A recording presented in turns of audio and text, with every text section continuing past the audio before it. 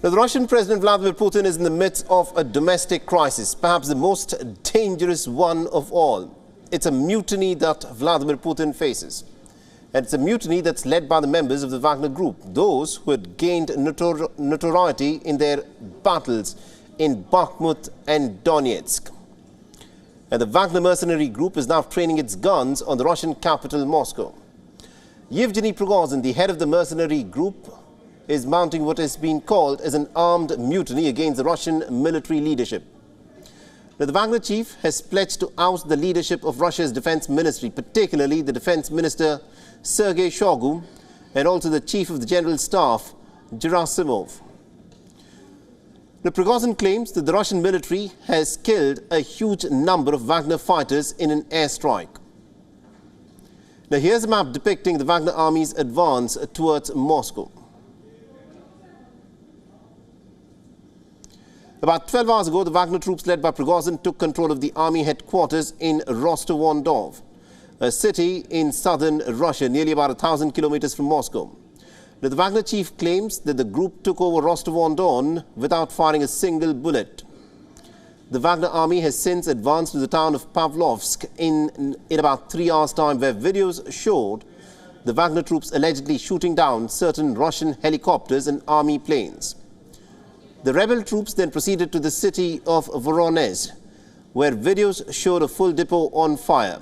Voronezh is nearly about 500 kilometers from Moscow. And from Voronezh, the Wagner mercenaries were soon seen moving towards Lipetsk region, which is about 460 kilometers south of Moscow. And this is as per the governor of the region. So as a result of the Wagner army's advancements, travel restrictions have now been imposed in the Kaluga region, which is less than 200 kilometers south of Moscow. The governor of the region has also advised the citizens to refrain from traveling by private vehicles on roads leading to Moscow unless it is absolutely essential.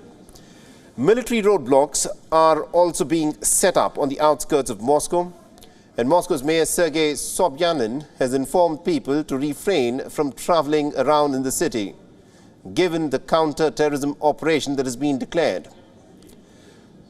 Now, reacting to the developments, the Russian President Vladimir Putin addressed the nation, accusing the Wagner chief Yevgeny Prigozhin of armed treason. He also referred to Prigozhin's dissent as a stab in the back.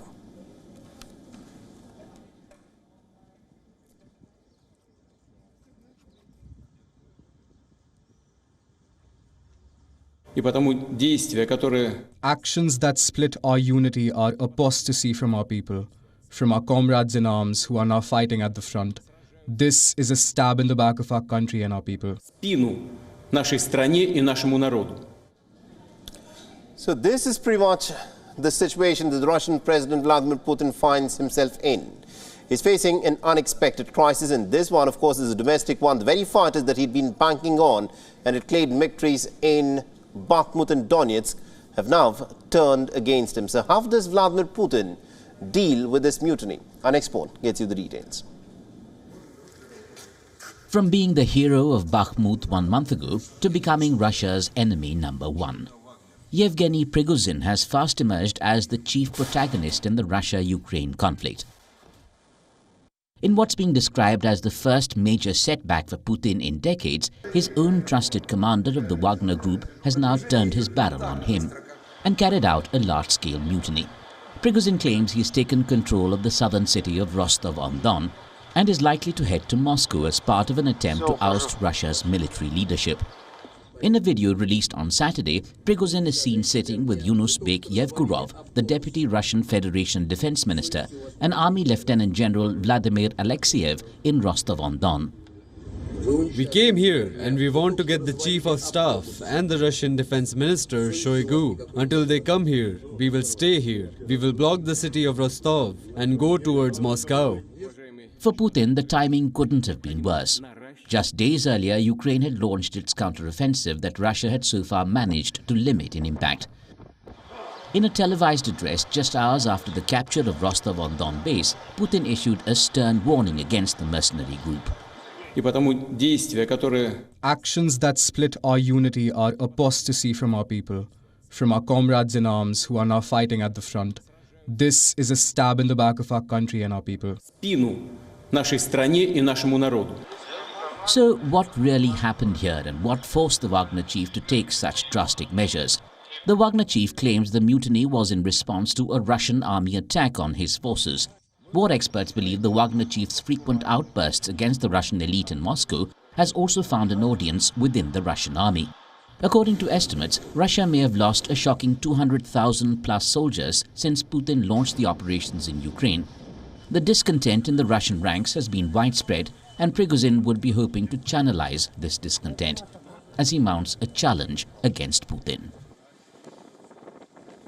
All right, now to give us more updates in terms of what, of course, is happening in Russia at this moment, we're being joined by retired Colonel David Deroche, who is also a professor at the Near East South Asia Center for Strategic Studies, the National Defense University, and he's joining us live from Washington. Now, Colonel Deroche, this is almost something that no one expected. You know, we've heard Yevgeny Prigozhin go on rants where he'd accused the Russian army and especially the defense minister and the generals of not supplying enough arms and ammunition and supplies for the Wagner group. But what we are witnessing at this moment is quite clearly a mutiny. How does Vladimir Putin even begin to deal with this? He's going to have some challenges. One of the advantages he has is that of distance.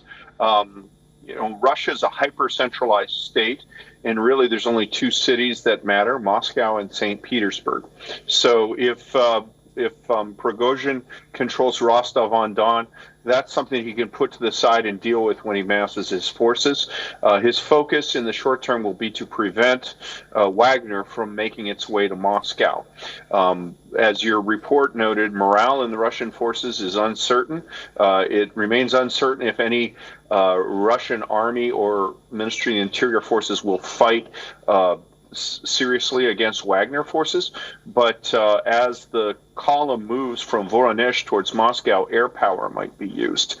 And we've seen pictures of barricades being set up in Moscow. There are reports that former Wagner fighters are being taken into custody on the off chance that they might be in position in places like Moscow to rise up. So what Putin does in the short term is control Moscow, and then in the longer term strikes back against Wagner. Very interesting. And also considering the fact, you know, the history of Yevgeny Prigozhin and Vladimir Putin, both of them reportedly had a pretty good equation with each other. Now, Yevgeny Prigozhin was said to be earlier the chef of Vladimir Putin, who also went on to later head the Wagner mercenary group. Do you think some kind of negotiation could happen from here on, or has the Wagner chief crossed the point of no return? They've crossed the point of no return. I mean, you know, what happened was about a week ago, the Ministry of Defense put out orders saying, okay, enough of this fighting back and forth. There had been reports, you know, a Russian army colonel had been taken prisoner by Wagner and was beaten up and confessed on camera to ordering guys to fire on Wagner. This was just unsustainable. So there was a general order saying that all of the private military companies, all of the mercenary groups had to go under the control of the Ministry of Defense. That, I think, is what precipitated this, because Prigozhin realized if he lost his army, he'd probably very soon lose his wealth and maybe his life. There isn't a possibility for a negotiated settlement that leaves Putin in power with a Ministry of Defense that has the ability to against Wagner. Either Wagner will win or Putin will win. And also my last question to you, what does this do for the war that is presently underway in Ukraine? How does Russia, on the one side, fight this mutiny, and on the other, also stave off the Ukrainian forces who are staging a counteroffensive? Yeah, well, obviously it damages them. I mean, what would be really interesting here is that if there is going to be open conflict, so far there's been very little of that, just, you know, like a few aircraft and a fuel depot. But if there is open conflict, it will be destroying, they will be fighting over exactly the supplies, the ammunition, the fuel that's needed to support the war in Ukraine. So the frontline Russian forces in Ukraine are being hollowed out. They won't be able to get ammunition, fuel, food, resupply of any sort. I think that in the short term, the Ukrainians are wise to just keep quiet, because inevitably, if this conflict heats up, one side will accuse the other of providing support to Ukraine. So I think Ukraine waits for the Russian forces to further hollow themselves out, and then will probably attack a much weakened Russian force in the front line. Very interesting. Thank you very much indeed there, Colonel David DeRoche, for joining us and getting us all those insights there. Thank you.